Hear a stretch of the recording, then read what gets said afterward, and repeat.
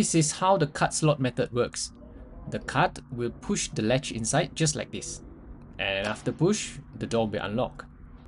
This thing here is actually called a latch. There's two components, the main latch and this part. Looks like a small mini latch. The name is called dead latch. If we press this dead latch over here, you will realize that the latch itself is dead.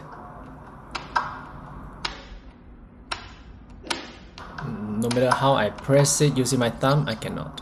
And if we use a card, of course we cannot open it now because it is dead.